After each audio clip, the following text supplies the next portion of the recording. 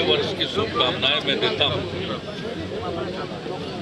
सभी बिहार वासियों को, देशवासियों को मेरी हार्दिक शुभकामनाएं हैं। नया साल देश में बेहतरी लाए, बिहार के तरक्की का मार्ग प्रशस्त हो,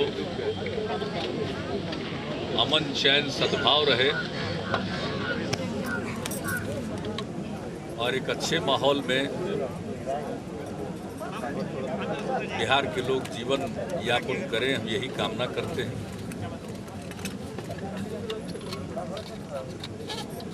पिछला वर्ष 2010 बहुत ही इवेंटफुल रहा, गतिविधियों से भरा हुआ वर्ष था 2010। 2010 में ही हमने प्रवास यात्रा भी की, विश्वास यात्रा भी की और जनता का फिर से जनादेश प्राप्त करने के लिए जनादेश यात्रा भी की। सूखा जैसी चुनौती भी हमारे सामने है, उसका असर आज भी है। तो अनेक प्रकार की कठिनाइयों के बीच से बिहार विजयी होकर निकलता हुआ दिख रहा है। बिहार वासियों ने मिलजुल कर अनेक चुनौतियों का मुकाबला किया है। हम आगे भी इस प्रकार की चुनौतियों का मुकाबला करेंगे। कुदरत भी हमारा इम्तहान लेता है, लेकिन हम आपसी एकजुटता और परस्पर सहयोग से उसका मुकाबला करने में कामयाब होते हैं और जो कुदरत इम्तहान लेता है उसमें भी हम सफल होते हैं। जहाँ पुरानी चीज़ों को और सुदृढ़ करना है, जो कुछ भी हमने हासिल किया है 5 वर्षों में, उन्हें सुदृढ़ करना है, कंसोलिडेट करना है, वहीं हमें और आगे बढ़ना है। शिक्षा के क्षेत्र में, स्वास्थ्य के क्षेत्र में दूसरे चरण में हमको प्रवेश करना है। तरक्की के रास्ते पर आगे जाने के लिए और जो ज़रूरी चीज़ें हैं और न्याय के साथ विकास के मार्ग का चूँकि हमने अवलंबन करना सीखा है, इसलिए समाज में जो सबसे हाशिए पर रहने वाला तबका है, उसके जीवन में बेहतरी लाने के लिए हम अपना प्रयास जारी रखेंगे। और हमें पूरा विश्वास है कि नए साल में हम अपनी खाद्य सुरक्षा योजना को बनाकर लागू करने में कामयाब होंगे। इसके लिए बहुत बड़ी तैयारी करनी है और उसकी तैयारी में हम सब लोग लग गए। केंद्र सरकार जितने लोगों, परिवारों को गरीबी रेखा के नीचे मानती है, उसके अलावे हमारे सर्वेक्षण के मुताबिक जो लोग बच जाते हैं उन सबों को उसी प्रकार से खाद्यान्न उपलब्ध कराना नई खाद्य सुरक्षा योजना का मुख्य अवयव होगा। और इसके लिए जहां हमें अपने स्तर से प्रोक्योरमेंट भी करना पड़ेगा, जन वितरण प्रणाली को सुदृढ़ करना होगा, तो मुझको ऐसा लगता है कि अपनी खाद्य सुरक्षा योजना को बनाकर उसको क्रियान्वित हम कर पाएंगे, हमारा ये संकल्प है। ऊर्जा के क्षेत्र में भी काफ़ी तेजी से गतिविधियां हो रही है, उसके लिए भी हम एक बेहतर बुनियाद बना पाएंगे नए साल में। और सबके ऊपर जो गवर्नेंस है, सुशासन है, उसको और प्रभावी बनाने के लिए हम लोगों का संकल्प है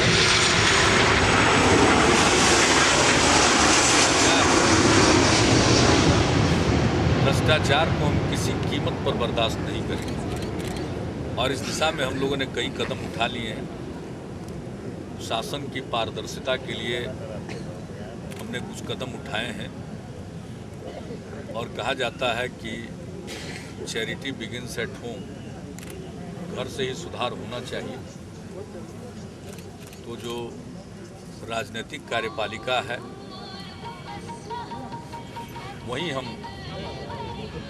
सबसे पहले पारदर्शिता ला रहे हैं। मंत्रिमंडल के तमाम लोगों ने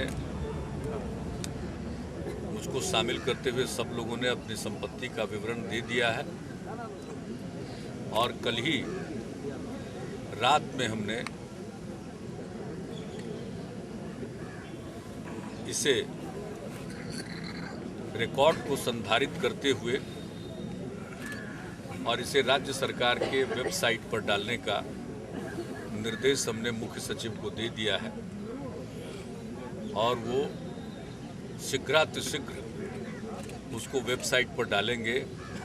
बल्कि उनकी पूरी तैयारी आज की ही चल रही है। उनकी कोशिश होगी, वैसे छुट्टी का दिन है आज, लेकिन फिर भी 31 दिसंबर तक का हमने समय दिया था।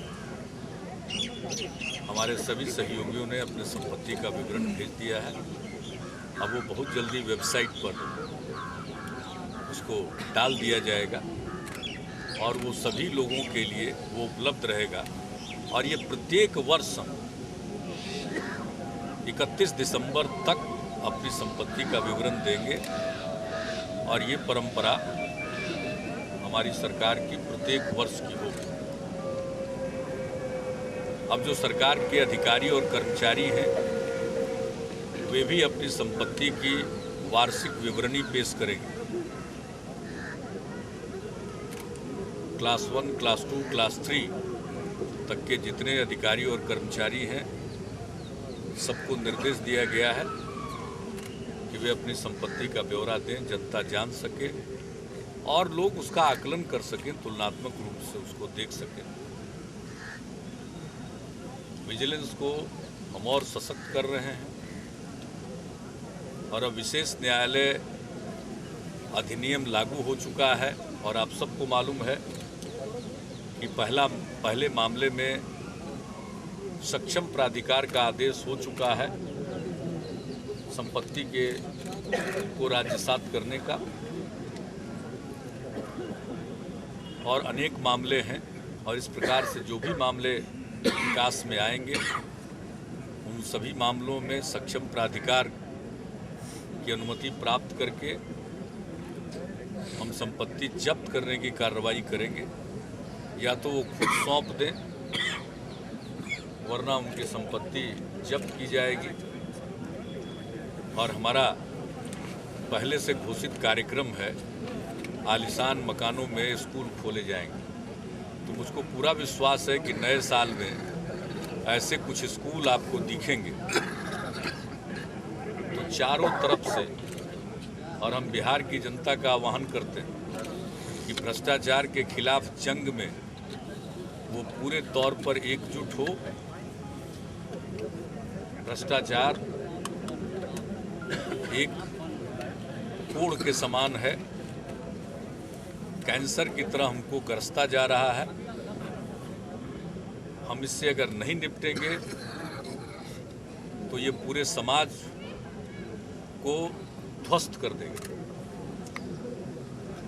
इसलिए ये हमारा संकल्प है और नए साल में हम इसके परिणाम देख पाएंगे, ऐसा मुझको विश्वास है। और नया साल तरक्की और खुशहाली का हो, इसी उद्देश्य से हम सब लोग काम में लगे हुए हैं। जनता ने फिर से दायित्व सौंपा है और कार्यभार ग्रहण करने के बाद से ही हम सब लोग काम में लग गए। तो आज तो सब लोगों को हमारी शुभकामनाएं। सब लोग प्रेम मोहब्बत के वातावरण में शांति के साथ, उल्लास के साथ नया साल मनाएं।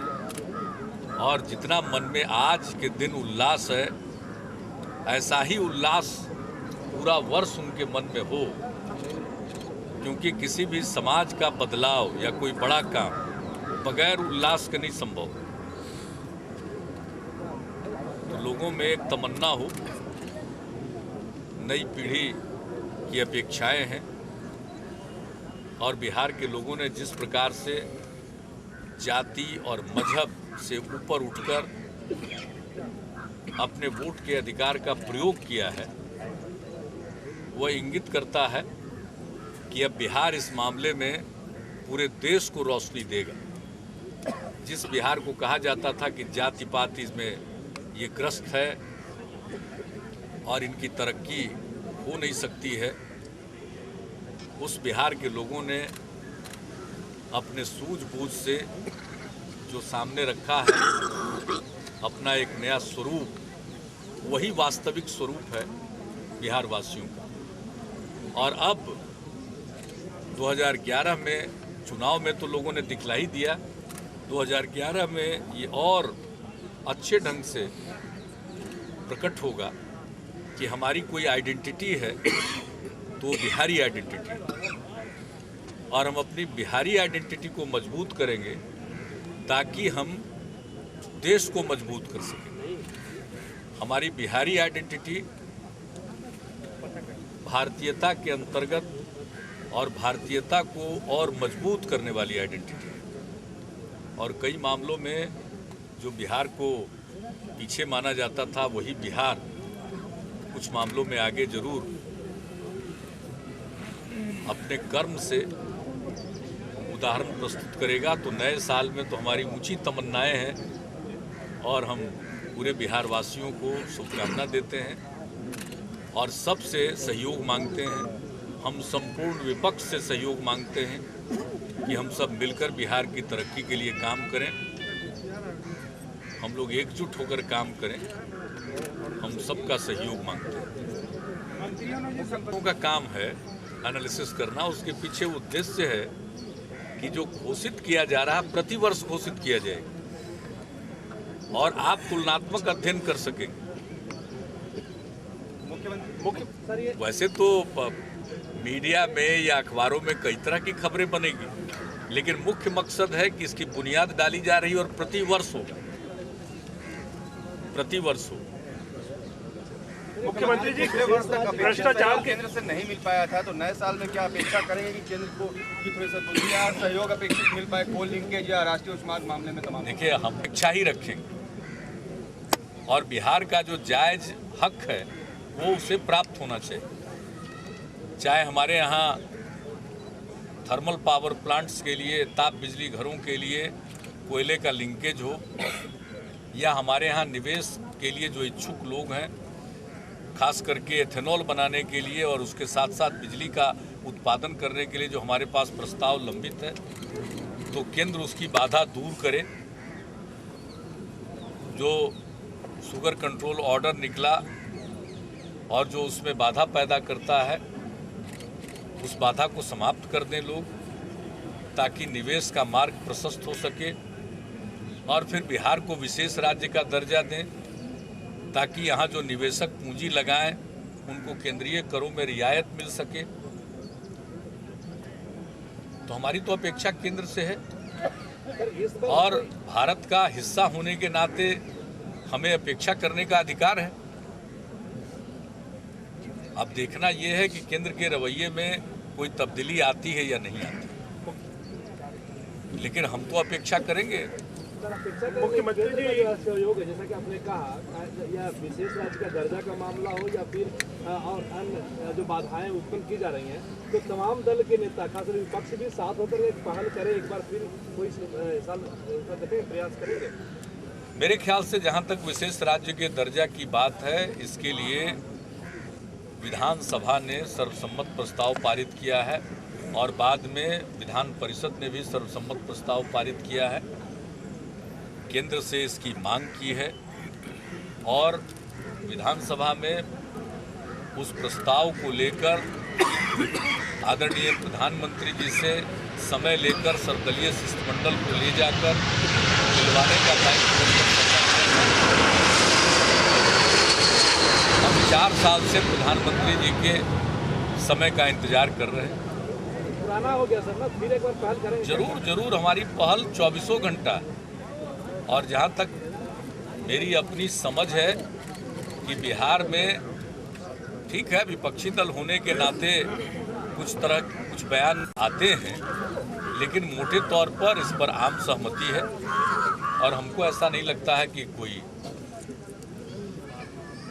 सब दल के लोगों की राय जो विधानसभा और विधान परिषद में प्रकट हुई है, तो सबका सहयोग जरूर इस पर मिलेगा, ऐसा हम समझते हैं। मुख्यमंत्री जी, भ्रष्टाचार के खिलाफ इतना काम कर रहे हैं बिहार सरकार आप भी, लेकिन केंद्र सरकार में बिल्कुल उसका उलट हो रहा है, भ्रष्टाचार की गंगा बह रही है।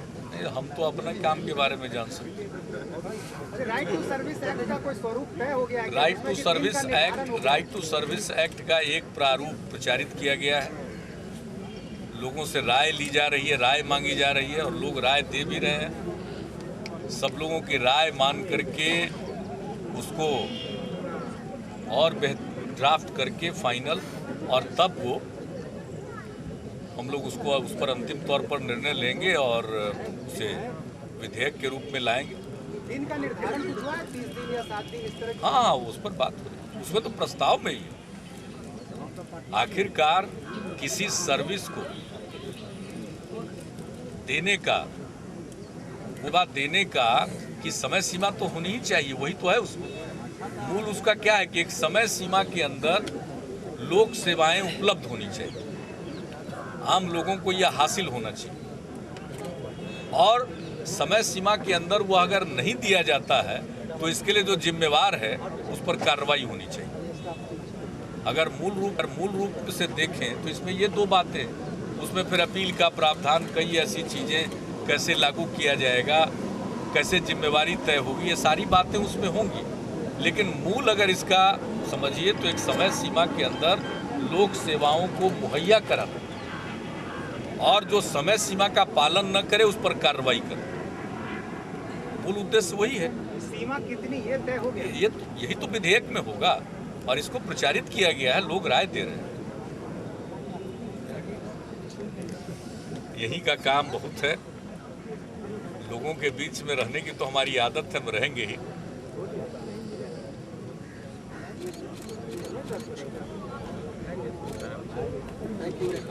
धन्यवाद फिर आप सब लोगों को।